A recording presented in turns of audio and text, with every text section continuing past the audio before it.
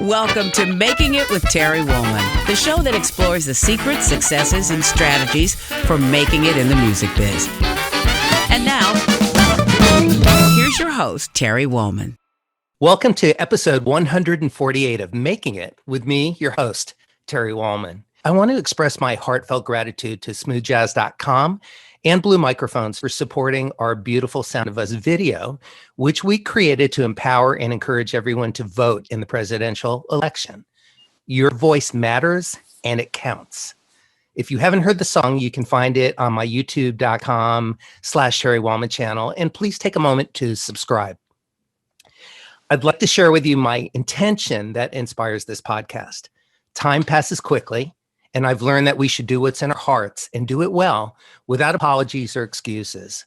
I encourage you to create your life and art in your own unique way and express your artistry with joy and abandon. Be willing to work uncompromisingly for what you believe in. Success will have a better chance of finding you when you live your life with integrity, focus, and passion. Be selfish with your discipline and selfless in your performance. And don't forget to have fun along the way. My guest today is founder, CEO of smoothjazz.com, Sandy Shore. Let me tell you a little bit about her. She thought she could, and so she did. This California radio personality, concert event producer, and global music innovator has been on the radio since she was 15 years old, starting her career on John Steinbeck's Cannery Row in Monterey, California in 1979. She has worked her way up and down the coast to broadcast on many respected FM frequencies, including The Wave in Los Angeles and KKSF in San Francisco.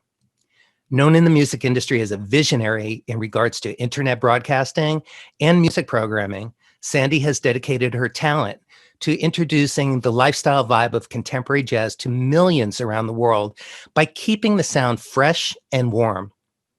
She believes that the genre is evolving and appealing to a new breed of listener who enjoys a diverse music mix. Shore describes it as a modern and robust blend that includes both the relevance of pop and the depth of jazz. Music is her life. Shore works personally with today's hottest jazz artists and recording labels, building successful branding by integrating marketing and social media. She also works closely with music producers, consulting on radio singles and developing new artists, all the while spearheading smoothjazz.com's event partnerships with jazz festivals all over the world. Sandy Shore, welcome to Making It. Hi, Terry. Thank you so much for having me. You're welcome, Sandy. I appreciate it. Yeah, I appreciate you too. We've been talking about doing this for a while. You travel a lot, or have, and some of the times we have attempted to do this, you've been overseas or, doing all the various things that you do. But it's different right now, isn't it? Oh, yeah. It's really different right now. It's a timeout. We're all having a timeout. And I think, at first that was shocking to so many of us. It was, this will just be a few weeks, a couple months. And then all of a sudden we have to get our head around the new normal. And then it became, wow, look at all the blessings in the new normal. It's okay to stop down for a minute. It's okay to be home. It's okay to rediscover the communities we live in, So, yeah, I mean, all those times we were talking about this wonderful podcast of yours, and I was, in Portugal at the Smooth Jazz Festival there, or Mallorca, or someplace fun and exotic. And this has been just another blessing for me to be able to stop down and catch up with you and all that you're doing. So I'm grateful for it. I'm not grateful for COVID. I'm not saying that, but I'm grateful for a timeout. I am as well. Yeah, it's a time that we have some choices on what we do in this period of our lives, and I'm doing everything I can to not waste it. I've had to figure out how to continue the podcast during COVID, figure out how to continue recording albums in isolation. But one of the beauties of that is the collaborations that have come about from people being what I called artist in residence now, all of us in our own residence. There's been some amazing, there's been amazing access. Like I recorded a new song with Bob James. And that never would have happened if he was not at home. Yeah, because he's always traveling, as so many of our friends are. But just, as he had said when I was speaking with him, he's at home playing for the squirrels.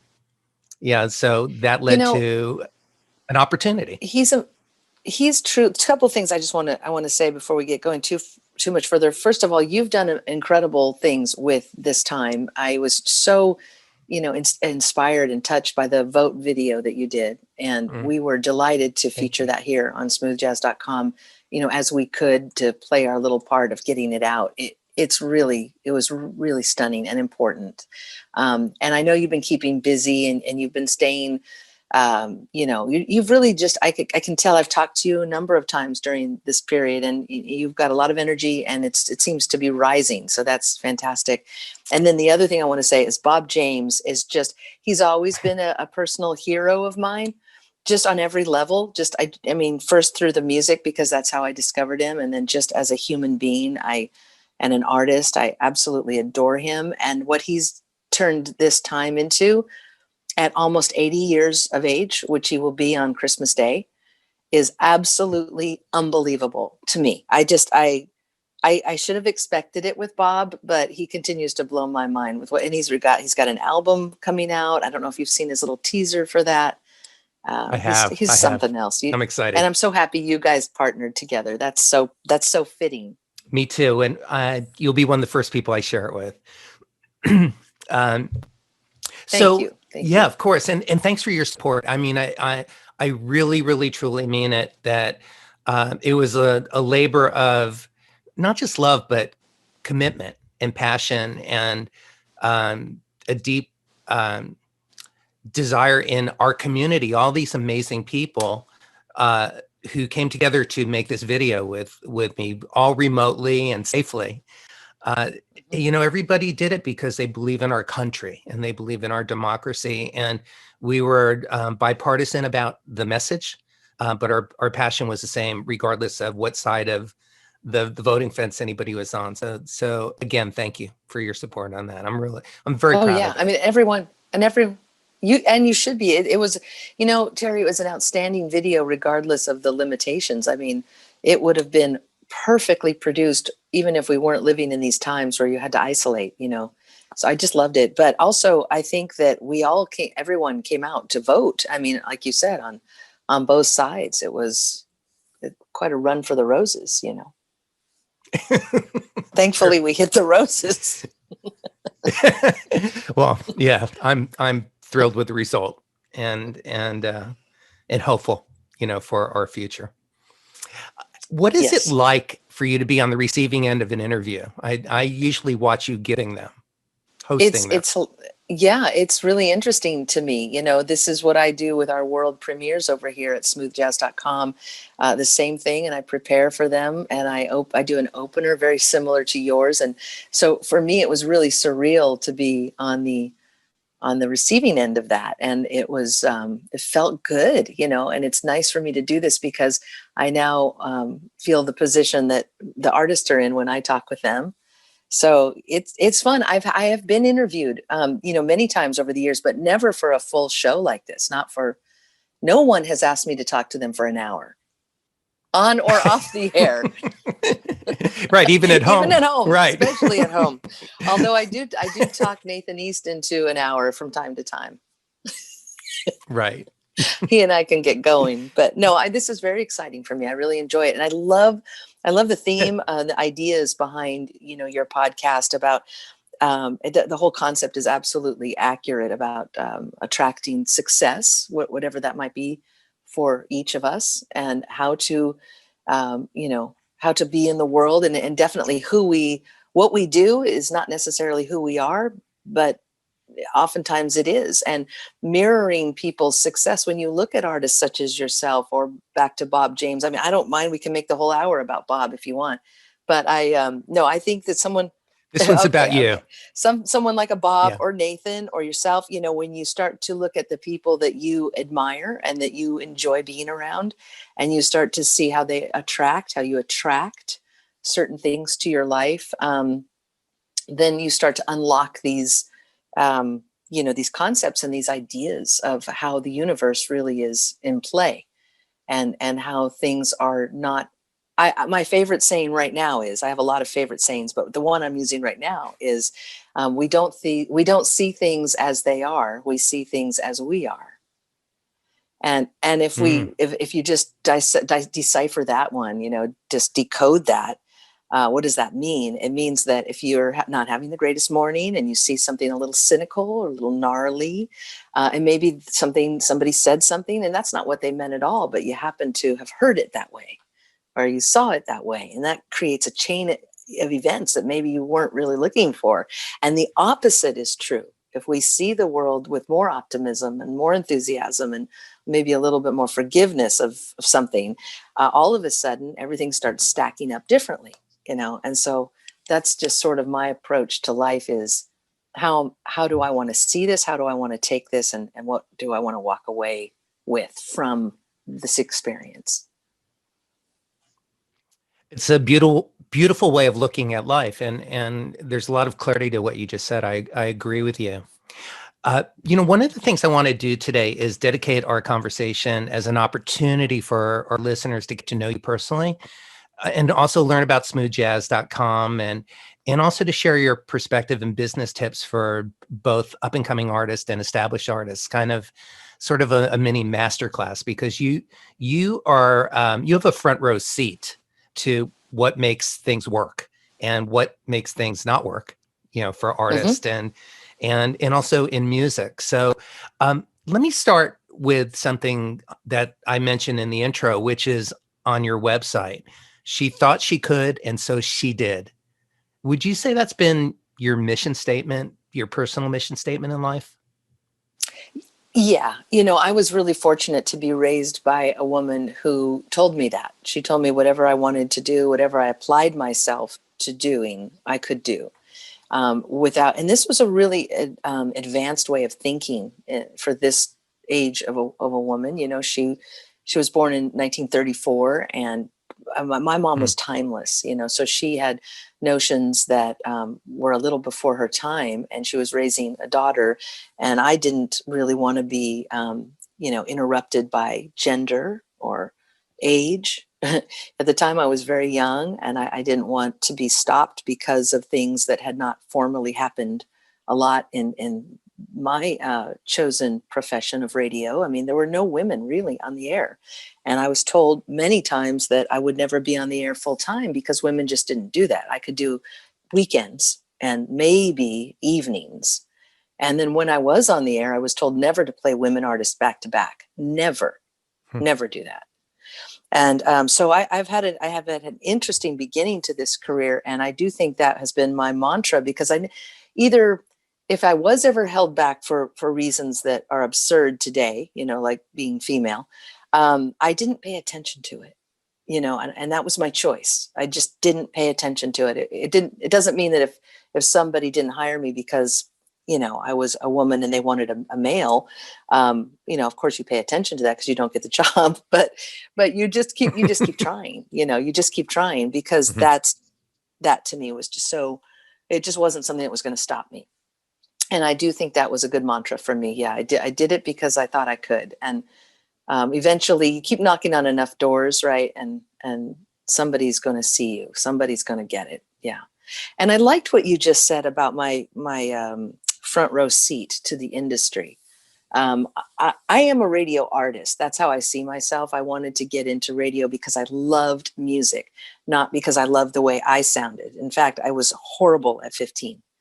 It was very sinusy, and you and I were talking about vocal exercises before we started the podcast here, and I still do those. And I did learn over time how to, work my vocal cords, and where to, how to work like a vocalist.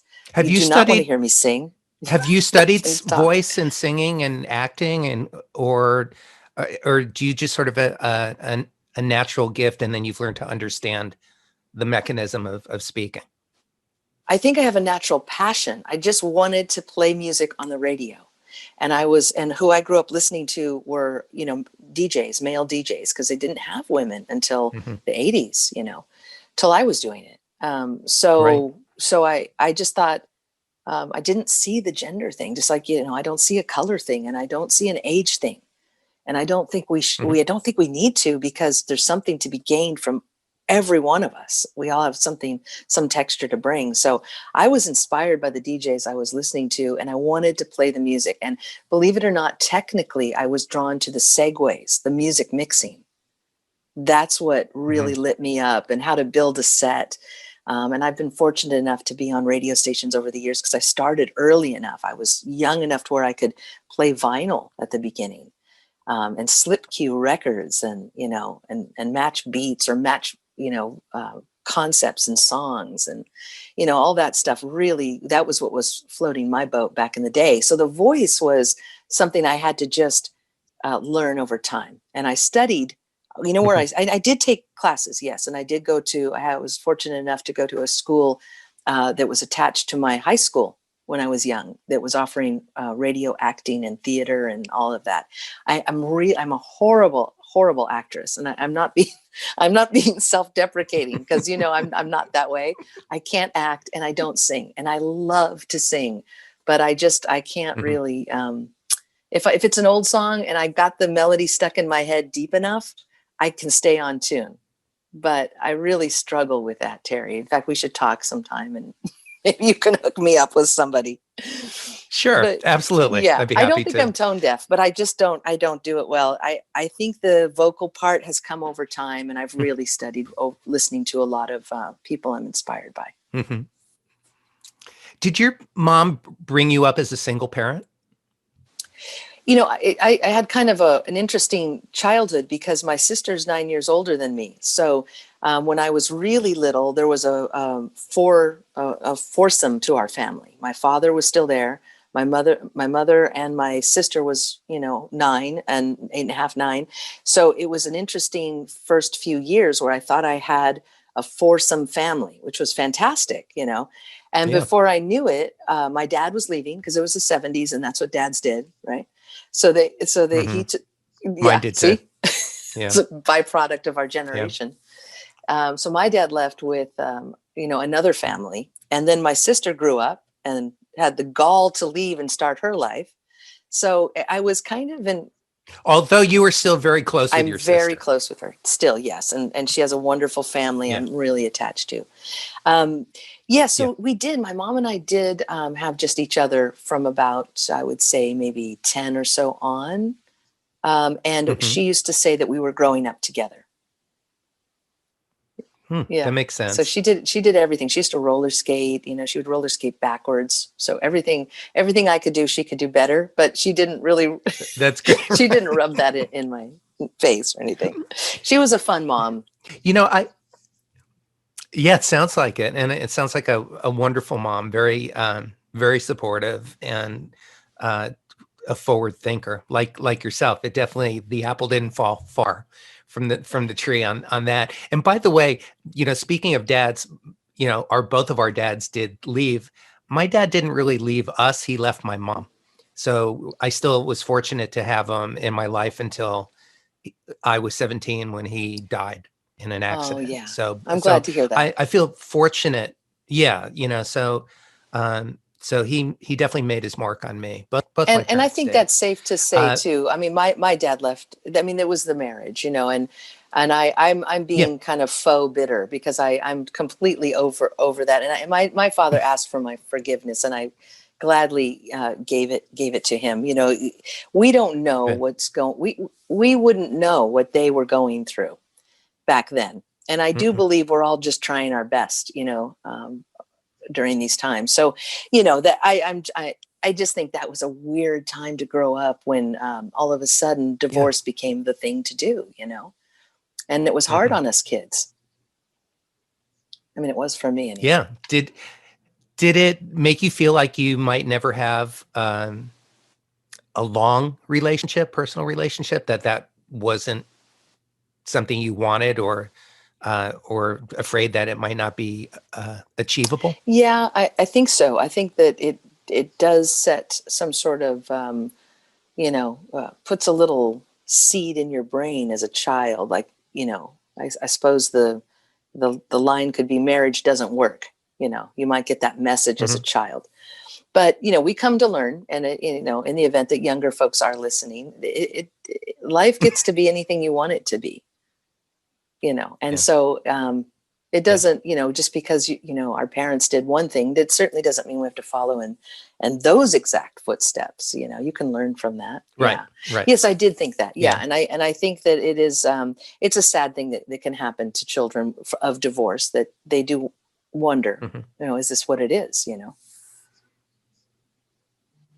Well, the beauty is, as we get older and wiser, we have the opportunity to get over our fear and create our lives the way we envision it. Exactly. With the partners, we bring in our new friends and family and extended family, and you've done a great job of that as well. I appreciate that. I think my mom used to love to be happy, and I didn't really, she used to say, smile to fool your heart. She would tell me that, and she loved laughing more than anything. And so, and I think that's me too. I feel like, I'm happier smiling. I feel, I will always look for somebody who's going to make me laugh over almost anything, or, I'm very cerebrally oriented when it comes to, spending my free time with friends and people. And that includes wit. I love, razor sharp wit, and what I watch on television. It all comes, I'm into foreign intrigue. I really appreciate that part of life, the brainier part of life. It speaks to, without getting too deep into, I'm not going to lie and act like I'm all into, science and history. And although that is fascinating, but I'm talking about topical stuff, Yeah. that's going on. So yeah. And I do think you can find it, if you can find yourself smiling, several times a day. Whether you're working or talking to someone on the phone regarding work or whatever. What a great thing. And I do love my life and my job because I'm listening to music a lot. My good problems are there's so much music to listen to. I can't get through it in a day. And then I have wonderful conversations with artists on the phone. Most days I'm on the phone talking to artists about their music, what their plans are. And so that front row seat you were talking about, at this point, having done this for so long, I can definitely tell you some things that I see, some pitfalls I see, and I try to help folks avoid, and some really smart moves that people make, whether they're planning on it or not. It's fascinating to see who goes which direction with their music, Well, we'll get back to talking about you personally, since you brought that up right now. What are some common great things that people do that get your attention, both musically and also from a branding or business perspective, a communications relationship perspective, and what are a couple of the things that you see or hear that don't work for people? What gets your attention? I think the number one thing that gets my attention is somebody who is really, integral to their own ideas for music. So, in other words, if they're inspired by smooth jazz, we'll just use this as an example because that's the world I'm living in. And they're also inspired by pop music. So let's just say they've taken some production values of a Justin Bieber tune, and they've added in some incredible original guitar, melodies that they've created, and maybe even some amazing live percussion. They decided not to sample that, but they did some other cool sampling. And the next thing you know, they've got some song that I've never really heard put together that way. And I'll listen and I'll go, whoa, that was like 3.5 minutes of bliss. Who is this person? Mm-hmm. And then I'll end up, adding.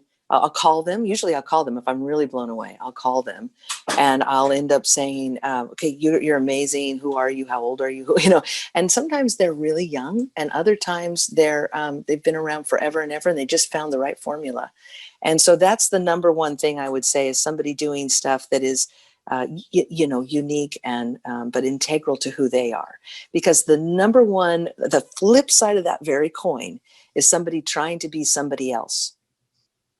And next thing you know, they're making a song that is either too tall for them or outside their depth, or they've lost the melody entirely. And let's be honest, in this genre, melody is everything. And I'll hear too many notes and like, look, I can play, you know. And Nathan will tell you this. We love this conversation, he and I. It's sometimes and you know, of course, the notes you don't play are everything, you know. Oh, absolutely. So yeah.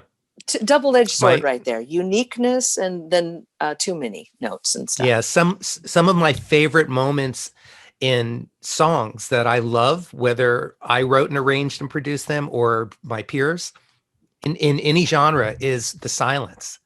You know, I get so excited when I hear a space in a song. You know, to me, that's as big of a hook as, you know, the hook. Yeah, absolutely. Yes. And of course I agree with you about the importance of melody. Oh yeah. I mean, and I think sometimes people don't realize this. I think that's the most shocking thing, and I'm going to be really candid. What shocks me the most is that and I don't mind, and I'm certainly not referring to any one person in particular, because at this point I could just tell you that every now and then this happens. I'll get a song and I'll think, man, it made it all the way to the MP3 conversion and into my inbox, and it's not a song. It's literally not a song. And I'm not trashing it, because it's not horrible musicianship. It's nothing like that. It's just, I wonder what happened to apologies. I wonder what happened to the melody, or I wonder if they don't listen to the music that they're submitting to. Do they not listen to the genre? Have they not found a radio station that they like, that they could say, you know, I'm a big fan of this sound, I want to make a song like this. But instead it's something that has way too many notes, and it's just nothing conventional about it, because I do think a good song has a convention to it on some level. I mean, sure, break a rule or two, that's fine. But it does have a nice hook, and it has a nice chorus and maybe a killer bridge, you know. And sometimes these songs come in and they're incredibly disjointed. And I would ask you a question. How do you feel as an artist that now everybody has access to GarageBand and Pro Tools and synth this and synth that? I mean, you know, everybody's making music these days. What do you think of that? I think it's fantastic, and I hate it. It's both. And I mean, for the reason that, I encourage anybody to be artistic and to express themselves. The freeway has gotten very crowded. It's like rush hour all the time. And part of it is that, you know, there is no, I really believe in having a high bar for whatever it is that you attempt to do in life. And the very fact that people can make music just because they have a computer and a drum loop and access to iTunes, you know, there's iTunes is the major distributor, you know, or CD Baby or TuneCore, you know, all the various ways that people get their music out. They're essentially the record labels now. They're not discerning in any way as to whose music they'll release. And there's something really wonderful and positive about that. I love that anybody can make a record, but I also find that it has dumbed down the music industry. In other words, as an artist, if I want to find out something about publishing, or there's, you know, something happened in iTunes or Spotify, you know, did something incorrectly, you know, made an error, it's impossible to get anybody on the phone now to fix a simple problem. That's true. Or to even have a conversation with somebody, because it's been dumbed down to the lowest denominator of people not knowing very much about music or the music business. So it kind of can be more draining, you know, as an artist, you know, when you just try to handle a piece of business. That's a really good point. That opens another chapter. And that is, it does though. Think about it. Like, I have a client now who is really skilled, and I'll just leave names out, you know, other than Bob James, but, or Nathan. No, but I have a client who's been around a long time, and he had a solo career, and then he added a band name to his name. And so I would say in total, maybe somewhere around a dozen albums and success at radio. And Spotify is not letting him put all of his collection in one area Right. because they see it as two. And who can he Mm-hmm. talk to over there? Nobody. And then everybody thinks that I'm the shell answer woman and I can get through to Spotify, but I certainly can't. And I don't know Yeah. why they do that, and it is unfortunate. You're right, because while there are so many good things about today's technology, and I am a huge fan and proponent for, this industry right now. I do feel like I saw it coming based on how we were handling things 20 years ago. I knew it was going to be a lot more accessible to the people, but I really wish there was a way that artists had a hotline or some direct approach, that they could go in and say, I need my music combined and I don't want this song on Right. there or whatever, rather Yeah. than this long, I lengthy even write, process of opening the absolutely. case. Absolutely. Even a more simple example of that, and it's a perfect example. Spotify right now, I put a new album out recently, a few months ago, that was on the Grammy ballot called Cassini's Last Dance, and was a little bit different for me. It falls more in the new age category, all acoustic music, and Spotify, for whatever reason, put it out as a new artist, and I still have not been able to get them just to merge it. It's not even a different name. It's still me, but they created a whole new Wow. tab and people, yeah. And it's the simplest of things to fix. And it's taken 3 months already. They haven't fixed it Well, yet. So maybe exactly. somebody Oh, go ahead. listening, Terry, can, get in touch with you and then you forward that email to me. I will. I'll share that information Maybe with somebody everybody. knows. Yeah. But on a musical Yeah, because level, it's a good point. to your question about how do I feel, uh, about anybody being able to make an album and put it out, the cool part of it, I just refer back to your description about contemporary jazz right now. I'm not generally a fan of labeling music, although I understand the importance and the value for marketing. But I also love that smooth jazz, contemporary jazz has broadened. It's become more of a mashup of styles, and I think that's really exciting. And in your description that the blend includes both the relevance of pop and the depth of jazz, I love your description because it so clearly defines my personal approach to creating music. So so thank you for saying it so clearly. Because oftentimes I don't know how to describe my music when I'm asked in an interview. And I think that's really, it's a great description. The relevance of pop. I consider myself a pop musician with a jazz background. So it's like you Exactly. were in my head when I read that. That's cool. Well, that's how I like to listen to music. I mean, I listen to all kinds of music. Like I'm a big fan of Post Malone and I Mhm. have no problem saying that. Yeah. I mean, that's a melody right there. That song of his Circles or and there's something about his sound. I remember hearing that first song years ago. And I can't think of the name of it right now, but something about his production really lured me in. It's not so much necessarily the lyrics, I may or may not be able to identify with an 18-year-old boy. I don't, although some days, when you're out fighting the hordes at Whole Foods, Right. I might feel something, but no, honestly, I really love his style and his approach. And I think that is the perfect example of what music is doing today in and out of smooth jazz, and why I love Spotify and why I love iTunes as a music fan is that I can literally create a playlist all over the place. I Mhm. can add smooth jazz, contemporary jazz. I mean, nobody really cares about labels anymore.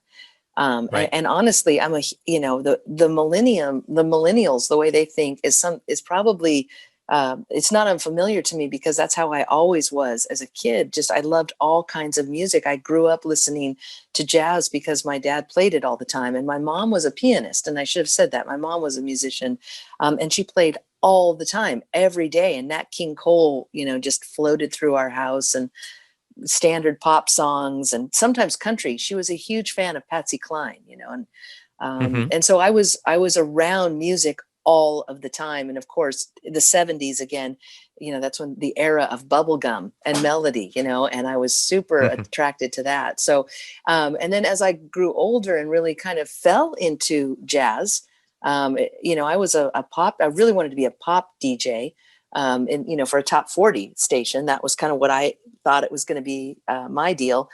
And I was going to be like one of those first women to do top 40 radio and talk really, really fast and, over the intros of the songs. And as we used to say, post the vocals, but I fell into jazz. I grew up in Monterey. So, home of the United States' oldest jazz festival.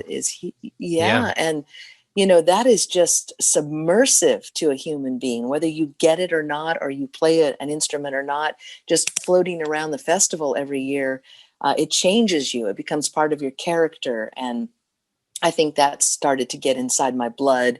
And then I started at the Wave in LA in the late 80s, and the world opened up to me. It wasn't just jazz, by the way. It was new age and, it was all that crazy stuff, shadow facts and stuff I'd never heard before. Those wonderful labels, Private Music and Yanni came out then. And that was truly instrumental pop, It was a great time in radio. We both started then. My first album was 1988. This was when it came out on the Wave and around the country and around the world. But the thing is, that's when DJs, it's kind of full circle for you. That's when program directors and DJs and radio people chose the music that they liked and played what was good in their mind. I played your music on the Wave. Thank you. Welcome. Thanks for making it. But those were great. Those are great times. But, and again, just full transparency, I was hoping that I would be hired on, like back then, KKHR or one of those big, KISS FM. That's really where I thought I belonged. And then I met John Sebastian, who was the first programmer of the Wave, and he had these wonderful kind of eclectic ideas to create a softer blend of music that was predominantly instrumental with some matching vocals. He used to play Tracy Chapman's music in the mix. We used to play Everything But the Girl and Julia Fordham, and it was, and then I missed the part of LA because I grew up here. I'm from Santa Monica originally, but I did grow up in the Monterey Bay area, which is just about 5 hours north of Los Angeles. But I ended up back there for radio, and I missed those days of KNX-FM. Now I'm not sure are you from Los Angeles? No, born and raised in Miami, but I remember KNX when I moved out here. That was a real artful radio station. I've heard audition tapes of it, and I was married to somebody who was really a big KNX-FM fan, and he had recorded hours and hours of it, real radio guy. And so I fell in love after the demise of KNX-FM, but it inspired me because radio was always fascinating to me. The idea that someone was talking to me and intimate with me and playing my favorite music. And, you rarely saw me without a transistor radio in my hand, which ironically is about the size of an iPhone Max. So, and you rarely see me without that in my hand. But I grew up, at 8 with a little thing in my ear, listening to the local Monterey, top 40 station. And then I realized, man, radio is such an art form with the music and the talking, the intimacy. You're not bothered by the visuals. You don't care what somebody's hair looks like at that moment, or, that doesn't matter because you created the image of the voice. What do they look? It doesn't matter what they look like. You can make them up in your head, Well, that's the word, the intimacy that I love about radio and about how you are describing it, because although even your network, you reach out to over 20 million people around the world, that's your listenership, but it's still a very intimate one-on-one experience and conversation. You are speaking to a single person. That's what I get from you when I hear you on the radio, and from any experienced radio host. I feel like they're talking to me. I feel like you're speaking to me. You're describing what you love about the song, about the artist. You personalize it, and it's extremely intimate for basically a way of getting information out broadly around the world. It's doing two things at the same time. You are speaking to the planet, and you are you are connecting directly with one human being. Thank you for saying that, because that is the difference. When people ask me, they don't know what we do. They, if they hear that, I'm with smoothjazz.com, that's my company. What is that? Are you on Pandora? Are you on Watercolors? No, no, we're our own radio station, and the difference between smoothjazz.com and, let's say, Pandora or Spotify or Apple, those are like a genome project. You can make your own playlist, and then it gathers information about you. It becomes intuitive. Oh, Terry likes to listen to this artist, so Terry might also like that artist, because they've somehow figured out through algorithms the beats you're choosing and the melodies and the vocal, stylings or whatever. So what we do over here, we add a human touch to that. So one thing that people may not know about me, I try to tell this is, to whomever's listening, I literally will listen to every song that comes through. Now, that doesn't mean I'm going to listen to it in 10 days and give you my feedback. Sometimes, and I hate to say it, but it's true, because I'm one person. It can take 2 or 3 months for me to get to a song, but I will always listen, and I will always get back to you if it's something that is, amazing and I need to work with. And I also hear amazing on different levels, because amazing doesn't necessarily mean that you're the most brilliant musician on the planet and you play the bass like no one I've ever heard.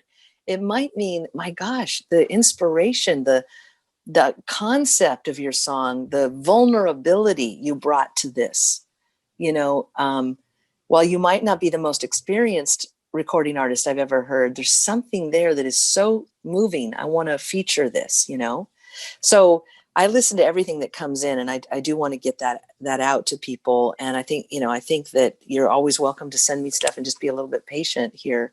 My email is sandy@smoothjazz.com with a Y. So please feel free to send me your new music. And also, the other part of smooth jazz that I feel that we do here that's different than other outlets is that is a very broad term, smooth jazz. It is not some people don't know this, because there are some folks out there that deem themselves the smooth jazz police, and they will tell me that something is not smooth jazz.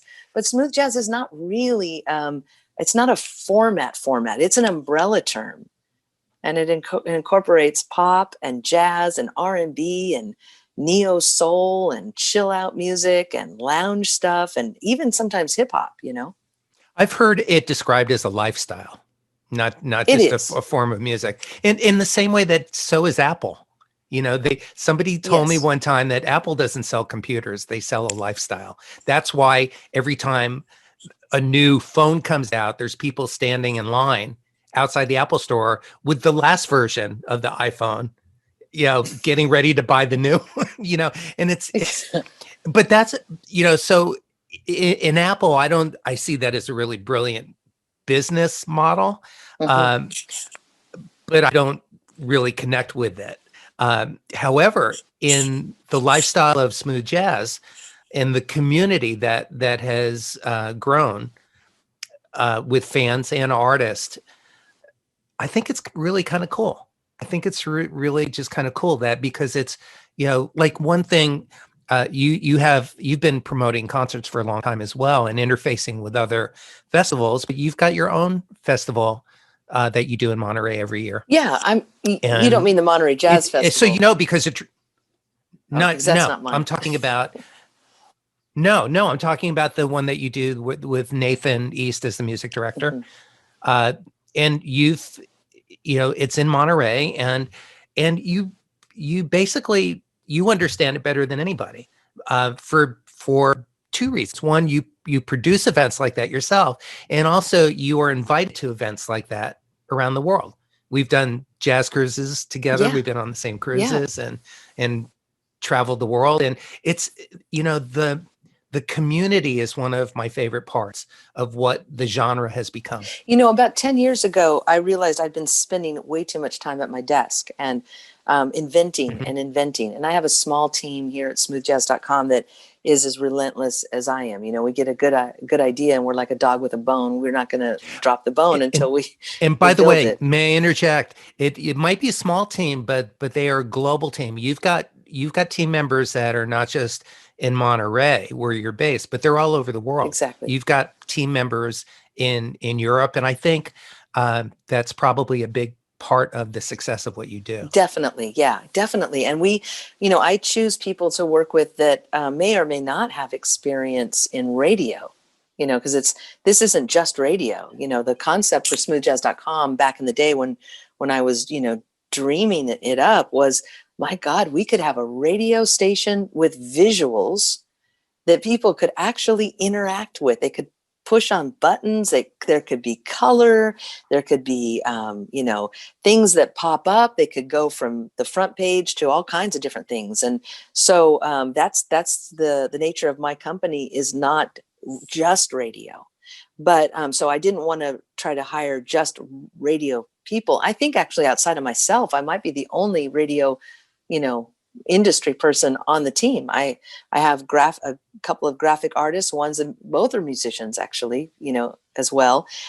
We've got people working with us in Ireland, in England. We did our jingles in Milan. In fact, we're going to start doing more in Budapest. And a lot of the people that I work with come to me through the music industry, or they just were really savvy about marketing in general as a concept, because marketing, it's again, that is a big blanket word, but I feel like what we do over here at smoothjazz.com is marketing and education. And this week, as a matter of fact, we're actually going to launch a whole new section to the website called EDU, because we've had time during COVID to sit down and make a list of all of the questions that artists ask us every day. Same questions, whether they've been making music for 40 years or 4 years. They call and they ask us the same thing. And then they all often fall for the same, in the same pitfalls. They think Billboard is the Mecca. We must get on Billboard, Billboard. Well, guess what? Very few smooth jazz artists are going to be on Billboard's top 100. That's the thing that Billboard's known for, the Hot 100. If you're on the Hot 100, then, you're on a yacht somewhere too, because that's what that's equivalent to. But the smooth jazz Billboard chart is only 13 radio stations. Their panel is comprised of 13 FM stations in the United States and Sirius XM watercolors. So you have 14 on the panel. That's amazing. Yeah. So those are just, because it has shrunk. It used to be bigger. Well, it did, but it used to be. There used to be more FMs. Well, there were and there were more reporting stations back then. So it has changed. So, but it's interesting to hear you say that, because you also you have charts as well. From your network. And I do want to just bridge that. I do, Terry. I want to bridge over to these other charts, but there are more reporting stations. The format is listened to, as most music formats are listened to digitally now. Right, instead of FM, there's a thing called DB. It exists. It's real. Like smoothjazz.com's call letters are KJAZDB. It's official. We own those. And that is a digital broadcaster. So the landscape of this genre and so many other music formats have gone online, because FM radio is no longer the preference in listening for the public. So smoothjazz.com has 80 reporting radio stations to our chart, 80 around the world. We don't limit it to FM in the United States. We are open. So that means we have Sirius XM watercolors. We have all of the Billboard reporting stations. Of course, we would take those. And we have huge stations in London and stations online, Sublime FM in the Netherlands, I believe they're in the Netherlands. So, we have 80. So we don't understand why artists are so gravitated to, I know that Billboard is a big brand. It's a big name, it's like Dolce and Gabbana, but for smooth jazz, it's not a Mecca, and so if 13 stations are playing you and you got to top 5, of course, congratulations, but that is just the beginning. So these are the things we're going to start educating artists on the website. And I hope you'll enjoy reading it too, because we've put hundreds of hours into adding graphs and information and letting artists know in particular what is what out there. what is what? And if you're going to pay good money to hire a radio promoter, what do you need to know about that? You do need to know that Billboard only has 13 FM stations, and some of them might be college. Not that that's bad, but it's not commercial. When you hire a promoter, is their list current? Because radio stations change every month. Have they updated that list? Have you gotten, the right promoter? So we're helping artists vet their promoters, how to market, how to do more than just social media. So we're pretty excited here that we've taken, this opportunity during COVID when we would never have time because we would be out at those festivals. And we've launched an entire section for people to bring themselves up to speed. I'm so glad to hear you say that. That's fantastic. I can't wait to check it out.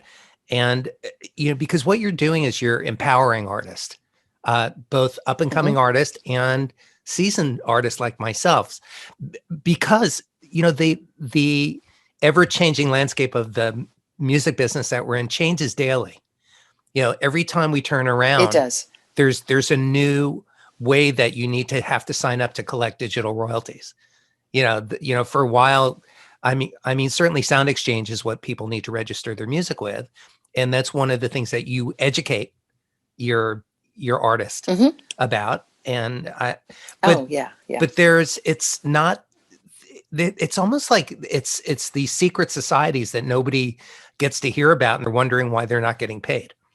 So thank you for sharing information with the music community. I think it's so important. It really does empower people, and it's really important for artists, whether they're a major label artist or an independent artist, to be educated and informed. Absolutely. And, we don't have unlimited hours in a day. Yeah. And musicians are, creating, they're writing, they're producing, and a lot of professional musicians that's all they do, such as yourself. It's not just your music. You might be playing on other people's projects. You might be producing a project. You might be writing a soundtrack, so you don't have time to go and say, well, where did the cheese move? Who moved? What? There's only 13 stations on Billboard since when? And then I'll get these phone calls from people and they'll say, I don't care about internet radio. I only care about FM. And I don't know what to say to that, because guess what? The music isn't being played on FM. It's just not. So, and that's our job over here. We've come to realize it's not just our job to talk to you about, hey, we can help get your music heard and listened to, and then connect with the community of fans. It's not just me talking to you about that. I need to also tell you why, you need to do this, and the other things that have changed over the last 24 months. It's like my accountant. When I talk to the accountant, she's the one learning all the tax laws because, one, I'm not interested, and two, I don't have time. So, that it's kind of our job to let artists know what's going on. I think it's also important. That's how I see it. I agree with you. And it's a really healthy and generous outlook on, or perspective. And, one of the things that I think people need to realize, I want people to realize that an artist is that they don't have to engage you and your company and all the access to this information and marketing and branding opportunities in order to be played on your network. It's just something more that you offer, and I think it's That's an important right. It's distinction. Exactly right. Thank you for saying that. Yeah, because people think that's what we're all about. Some people think that, and that's not true. We play music from people that you've never heard of and famous artists, and not everyone works with us. Right. Only the smart ones. No, Well but we don't. We're not limited to that. Let me ask you something. You founded smoothjazz.com in 1995. And it was originally to be used as a ticket outlet for your Sandy Shore productions in Monterey, in Monterey Bay. Excuse me. But it took 5 years before the station actually launched. You clearly were ahead of the curve in thinking about internet radio. It wasn't something that people were really doing yet. You saw it as being the future. But I'm curious what happened in those 5 years that you needed to do to really prepare from the idea that you wanted to actually create a company and to launching. Well, it wasn't us. We were waiting for technology. Two very important things happened. One, encryption had not been invented yet for those tickets. So this is hilarious. People would have to print out the form and they would fill it out with a pen and they'd put it in the mail to us with a check for their concert tickets back in the early 90s, the mid 90s. And the other thing we were waiting for was streaming. You might remember it was about 97 when you could go get some audio off the internet. Oh my gosh, I can download a 30-second radio commercial in 7 minutes. Right. And because there was no streaming. So we literally had to wait, and we followed the build it and they will come philosophy. And that was because I was encouraged to do that by a fellow radio employee that I worked with over in Santa Cruz, a really amazing station called KPIG Radio. They are famous and infamous. They are one of the most adventurous stations I've ever had the pleasure of working with. It would be called Americana or AAA radio. But this guy, Bill Goldsmith, is truly a technical visionary. And he said, Sandy, build your radio station as if you're going live tomorrow. Get all your music together, get your liners together, get your concept together, get your clocks together, and just create it because it's coming. We don't know when. And then AOL actually was the first company. It was bought Winamp, if you remember that name. I do. And they created this massive server that was offering stations like ours an opportunity to get grandfathered in for bandwidth because they wanted to test a mega server. They were the first ones to really launch what is now known as internet radio. So smoothjazz.com was one of 3 stations on a day in early March 2000 that launched without an FM frequency stick. We were just literally broadcasting, untethered on the internet. And it was us, smoothjazz.com. It was Bill Goldsmith's Radio Paradise, which is very famous, and another company from the East Coast. And I can't recall the name right now, but there were 3 of us and we just took off. And then the surprising thing was smooth jazz went all the way up to the charts of radio broadcasting online. And you were the first woman-owned network too on internet radio. Did that, since it was a brave new world and the uncharted territory, was being a woman of value? Did that help you in any way? Was there some sort of cachet to that, or was it just didn't really matter at that point? I always think being a woman is helpful because we see other sides of things, to industries that were predominantly male. Yeah. I'm not saying we see better sides, but we see other things, but I wouldn't say that it was, it wasn't something that, leveraged us in any way. We're still, there's still that mentality in the music industry, and even a little bit today, but back then, especially this was 20 years ago. So yeah, it was interesting. We used to, there's an Ani DeFranco song we used to quote the lyric of that was, they're going to want to know how we got in and they're going to want to know how we plan to get out. And so we, we used to love quoting that lyric. But honestly, Terry, just to go back to the beginning of the conversation, I never really see my life or the decisions I make as male or female. I just see it as me. And, but yeah, I wouldn't say there was any cachet to it. It's cool to say that, though. We're the first women-owned and operated internet radio station. Yeah, well, I would imagine you are as proud of that as you are in just being an innovator in radio. Yes, you are an innovator. I am proud of that. Yeah. I could also say I'm the first blonde internet owner on radio. Yes, you could. No, I think it's a cool thing to say. It's a cool thing to say, but I'm mostly proud of the innovation. That's what I'm trying to say. Mostly proud of what we've done, regardless of anything else. So let's talk about Barack Obama following you on Twitter. How cool is that? It's amazing. I don't know how it happened. I have no idea how that happened, but I mean, I'm he super does love honored by that. music. Yeah, I had the opportunity to play for him one time and got to meet him, which was an absolute thrill. And he straight out told me how much he is a music fan. So it doesn't surprise me that he would be following you. I think I think it's great. Incredible.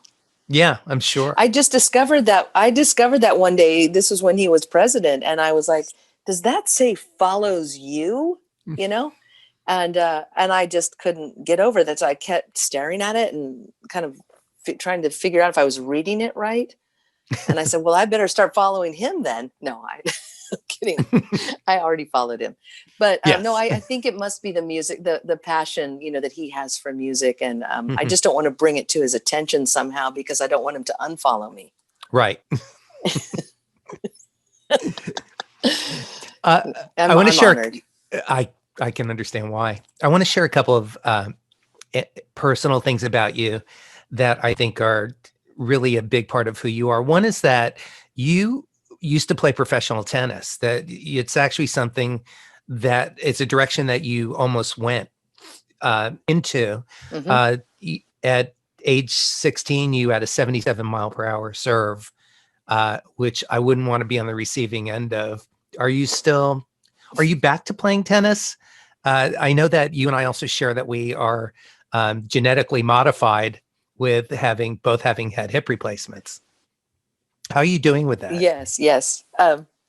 I'm doing great with that. Thank you. And thank you so much for your support during all of that, because it was the days before surgery are quite terrifying. They are. But no, I'm doing really well with it. I couldn't be happier, to have Good. the mobility I have now. Yeah, and think about the serve that at 77 miles an hour back when the rackets weighed about 70 pounds, so I would have loved to have played, when I was, older and technology changed, but I Mhm. chose to be in radio, and that got really busy for me. I Mhm. loved it, Terry. It was one of those things I just took to. I just could play. I picked up a racket. Again, I think I got that from my mom because she loved to play.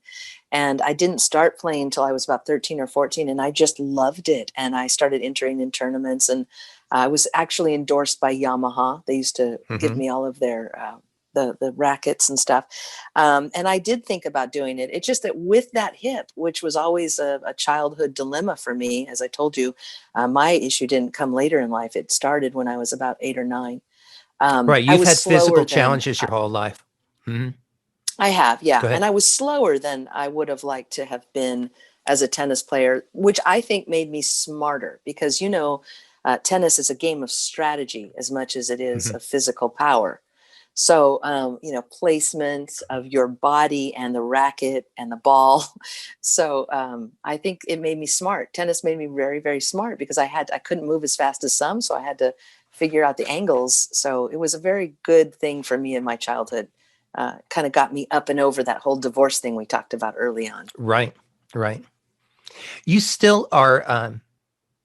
Well, not only are you still a healthy, active person, but you are healthier and active in ways that you've never been in your life because of this hip surgery. And it is one of the reasons that we have been more in touch personally as friends, over the last few Hmm. months, because I was fortunate that I had a couple people reach out to me as well, because I was terrified before my hip replacement, uh, which was basically from a lifetime of being physically active and exercising and age and wear and tear. Um, Hmm. and I'm really proud of you. I'm really proud of you and Thank you. happy for you that you have been so diligent and positive in your recovery. It's really Thank you. shows what you're made of.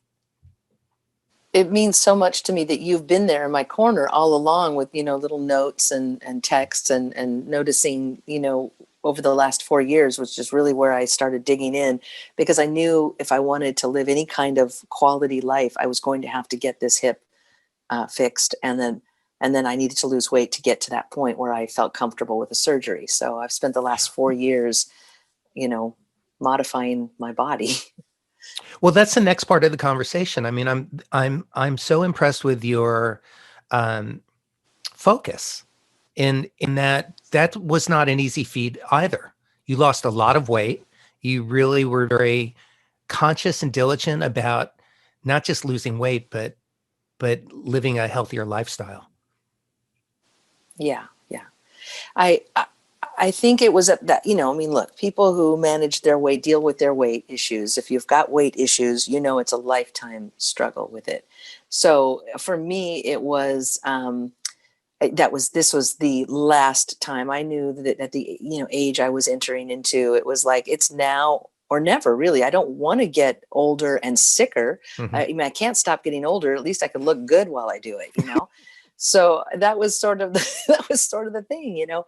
I mean, I thought, man, you know, older people who are thin, they look pretty hot still. So I want to go after that thing. And then I also wanted to feel good. And I realized I'd hit my limit. So I just decided there's no turning back, and there's no, let's try this for 6 months and bail on it. It's like, let's just do this. And what I had to take notice of all of the things that I enjoy in life in the way of food. I never ate bad. I'm not a closet eater of Doritos at midnight. That has never been me. So giving up junk food was not something I had to do.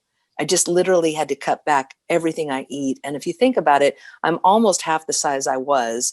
And I probably cut back everything I eat by 50%. Mm-hmm. So I also sped up my exercise, and I really started to believe in myself. I thought, you know, that's just me. I mean, I'm the only one who can get this done. Nobody can do this for me. So that became the commitment. And as everything in life, that it was a centrifugal force. The more you do something, the more you do something. And that's the only hint I can give people. Just, you've got to keep going. Even if it feels like at the beginning it's sluggish and slow, just don't stop. Well, bravo to you. You've done a beautiful job and continue to. You know, I Thank you. really Yeah, admire you for the fortitude that you have and focus and in being healthy. I appreciate that. And I, again, really meant a lot to me to have you just kind of in my corner every time I turned around with some nice note from you and a phone call from you. And I'm so grateful. And honestly, this has been the best thing I have ever done in my life, is get this hip, you know, organized and sorted. Because honestly, with the situation I was living with for 50 years, I didn't understand that physical anatomy is so pleasant. Walking is so pleasant. I just had restrictions from a hip disease. So I didn't know what I was missing. And now I don't plan to miss a single day. I'm walking every day now. Beautiful. As we're getting towards the end of the conversation, I want to get more personal. Sort of going down this road. What inspires you? Oh man, that's a big question. As simple as it is, I'm very inspired by the area I live in. I I feel like I have a secret weapon, that every day I get to see this Monterey Bay. And as I've gotten a little bit older, I make time, you know, and during COVID, I take the long way to go get groceries in my car, and I drive down to Big Sur, or I drive out to Carmel Valley to get a coffee. I could get here in town, but I just want to see it. You know, it feels like mother to me. It feels like, it fills my soul. So that's the first thing. People, my friends inspire me, you know, conversations every day inspire me. My job, you know, listening to music. I'm a big fan of entertainment. You know, like everyone else, I do enjoy a nice show to binge on. I try to select wisely, because I know time is limited and I don't want to just mindlessly scroll through TV. So I get inspired by really well written television shows, movies. Of course, music is very high up on the list of inspiration. Now, with the new hip, physical movement inspires me. Have you noticed that? You get out, and I know you do your beach walking. You come back from that, you might be a little tired, but my God, the energy you get a few minutes later is outrageous. And I'm also very inspired by foods that I prepare and eat. And I don't really have time to be doing any of this cooking that I'm doing, but I have made time, because I find just getting my hands in the mix with it is so exciting. Like, to take favorite recipes, you know, and remix them without the oils and with all the fats in them. keep some of the good fats, but all the stuff we don't need, and to get sugar out of it. I get really inspired by creating, and especially if I can come up with a recipe that actually tastes good, man, that's outrageous. What do you think has changed the most in art and in the entertainment business during your career? And also, what's remained the same? I think the music business and the entertainment business in general has become way more independent. And I like that. And I think that it literally spun on its heels.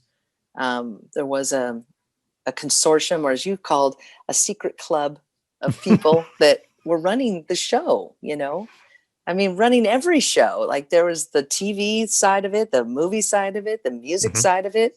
And it was an impenetrable wall to get in. And I think we've just shaken it up like crazy over the last 2 decades on every level. I mean, who would have thought, put a few people on an island and let's see how they survive, and we'll call that a TV show. What? Right. And next thing you know, we're now watching Housewives, and we're watching, strange folks in New Jersey doing crazy things. And, and not to say that is, I'm not saying that's my entertainment, but it really shook up the industry.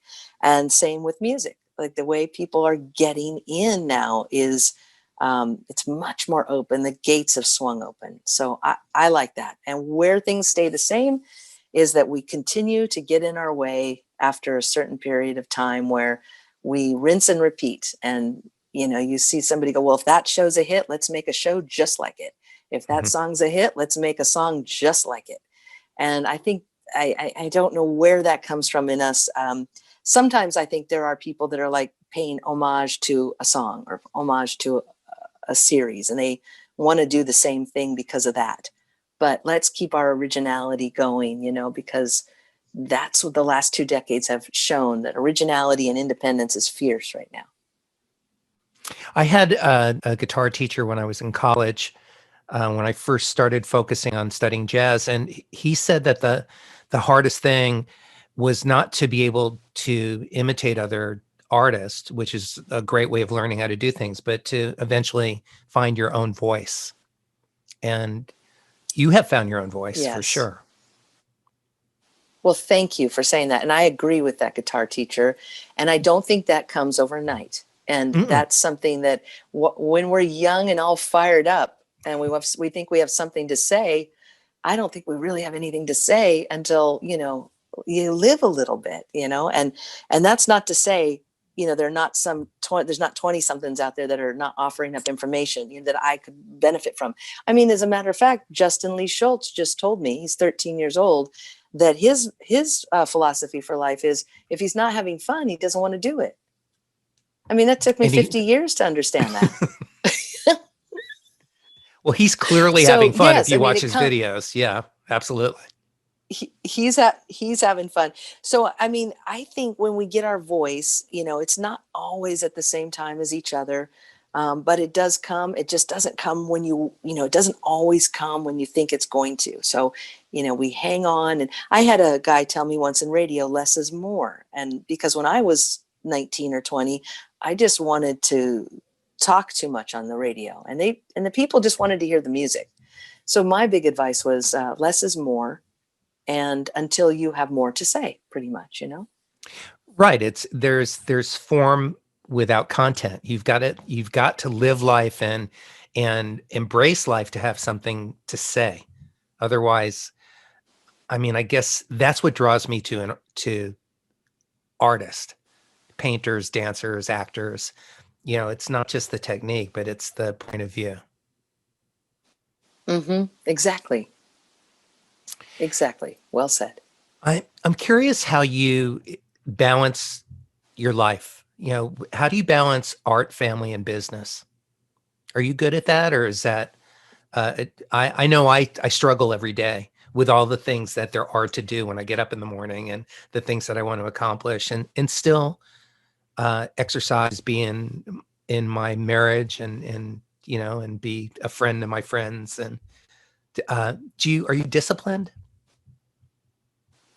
I've become more structured over time, and I that was a very hard thing to do, because I enjoyed open-ended living. I could stay up as late as I wanted to get things done. And, and I wouldn't say I wasn't as disciplined as I needed to be, but then the last 4 years of just trying to get my body, to cooperate with me so that I can be here for a while on this planet without medications, and struggling. I've come to learn structure. I would say structure more than discipline, because I think self-discipline, or I think willpower, only goes so far, but structure is what allows us to create and be the people we are, without too much confinement, So no, I'm not amazing at juggling everything with family. I try. I think I do well. I mean, I don't have a big family. I don't have children of my own, but my sister has a lot of children and grandchildren, and I touch base with them as often as I can. I would have loved to have been a little closer to them while they were growing up, but we live, they're in San Diego, I'm in Monterey. But it's hard. It's hard to juggle the family thing with the work thing when you're pioneering something or writing something or creating something. I mean, you're constantly in your head with it, but I have a very supportive team. I think I'm very blessed that way. I have a supportive team of people that I actually would call friends. So while we're working, we're having fun, we're laughing and we're creating. And then my clients are, often great associates to be around. So I do my best, Terry. I do my best. And it is hard to get it all in, like especially this part of sleeping well, eating well, exercising well, just looking out after ourselves. That's the tough part, because for years I didn't, hence where the weight creeps in or the lack of exercise creeps in, because you're doing everything else. So I think it's a big balancing act, and I don't know how everybody else does it, but I just give it my best every day. And I try to get up a little. I saw some great quote the other day, wake up a little earlier, laugh a little more often, this really fun list of things. And I thought, yeah, that's a good thing to aspire towards. And I do try. I try to go to bed a little earlier, wake up a little earlier, spend a little more time with people. I try to remember to text. Sometimes if I feel like I'm missing somebody, I'll send them a little Starbucks gift card or something, but I do my best. Boy, that's what I strive for as well, to do my best every day in everything that I do. So Sandy, boy, I have so much more that I would want to ask you, but I want to get to my closing questions that I ask all of my guests. Since this show is called Making It, what does making it mean to you, both personally and professionally? And also, can you share 3 tips for success that have driven your career? Making it. It's a different outlook now. I can, life is a funny thing. You never really feel older, even though you are older chronologically. So making it to a 17-year-old was being on the radio in Los Angeles. That would have been making it, but making it to me now is, I guess, living a really balanced life, like we were just discussing, with, with your colleagues, people that you admire, who get what you do, who know they can call you for, information or for ideas. I guess to me, making it is that I'm somebody's resource for something greater than me. I really feel like that would be making it, that I'm connected to artists in a way that's part of the bigger picture. And I don't remember any of your other questions. That's okay. I'll remind you of that in a moment. But that speaks to something that I really get from you when I hear you interview other people. Is it's so much of it is about your personal friendships and relationships with a lot of the artists that you have developed. It's not just a business thing. It's personal. It is, yeah. I've always said that, and how that saying goes, it's not personal, it's business. I've always just flipped it. It's not business, it's personal. It's personal. Exactly. The second part of the question was, can you share 3 tips for success that have driven your career? Yes, I can. Consistency is everything, consistency. And that means following up with people. That means networking. That means, just reminding people gently, kindly, you're here, and stay true to who you are, be who you are, and hone your craft. That would be number two. And number three, do what you say you're going to do. Beautiful. I'm just going to Thank marinate you. on that for a moment. Do what you say you're going to do. Yeah. Yeah. At I this think that's point of your key. life, I so agree. I so agree. Follow up is such a, seems to be an unknown skill for so many people that I know. And It that is a starts with good deep, that's a, intentions. yeah, and that is a deep, deep thing right there that you just hit on. That is a deep thing because that has to do with self-esteem. Hmm. I didn't really think of It's it that hard to, way. I thought, no, sometimes I view it as just a lack of focus, but I think you just nailed it. It's a I lack think it's of hard to follow up. self-esteem or self-love. Yeah. Yeah, Well, it's it is. it's hard to follow up. It is. It's hard because you feel like you're putting yourself out. You're like, I might be interrupting them. They might not have time for me. I mean, all the things we tell ourselves in our head. You just have to push those away and realize that, yeah, all the chatter. The chatter. Yeah, someone's waiting for you. That's all you have to keep remembering. Someone's waiting for you. So Right. keep reaching out. My final question to you is, at this point of your life, with everything that you know to be true, what would you tell your younger self? Oh, another good one. I would say, hold on, it's coming. That's great. I was really impatient. Are you still? No, not so much anymore. No, Mhm. I can genuinely answer that. No, I do believe everything that we need will come to us, with focus and this not giving up thing. And it does come. And and I love, the quote from the Stones song still resonates with me. You can't always get what you want, but if you try sometime, you might just find you get what you need. So, yeah, it's coming. It's coming. Yeah. Sandy, since our show is completely unedited, I'd like to give the final word to you. Is there anything that on your mind or your heart that you want to share with our listeners? I'm just so grateful that you invited me to do this with you, Terry. Thank you. And I'm a big fan of yours. I think this is a really important mission that you've got going on here. I think it's necessary. I love that you're going inside the music and inside the art and talking to people about real things that matter. And if this is another blessing of COVID where we can connect, I'm grateful to you for, making the effort to do it. And I mean, nothing more to say. I hope this is to be continued between you and I. Absolutely. Okay. Let's Absolutely. do it again. Yeah. And okay.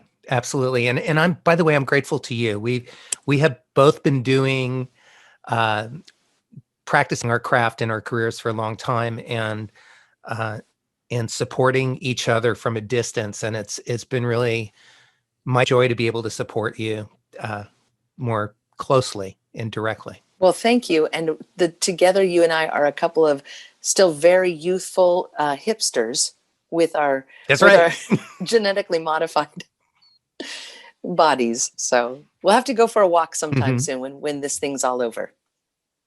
Oh, I look forward to it. Okay. I look forward to All it. right. Well, thanks again. Sandy Shore, thank you so much for spending the time with me. And thank you to all of our listeners for joining Sandy and I. And go to smoothjazz.com to get yourself educated and enjoy some great music. And also see what you can, if you're an artist, to learn more about the business that you're in. And if you're a fan, go there to listen to our music. And everybody stay safe. We appreciate you. Thank you.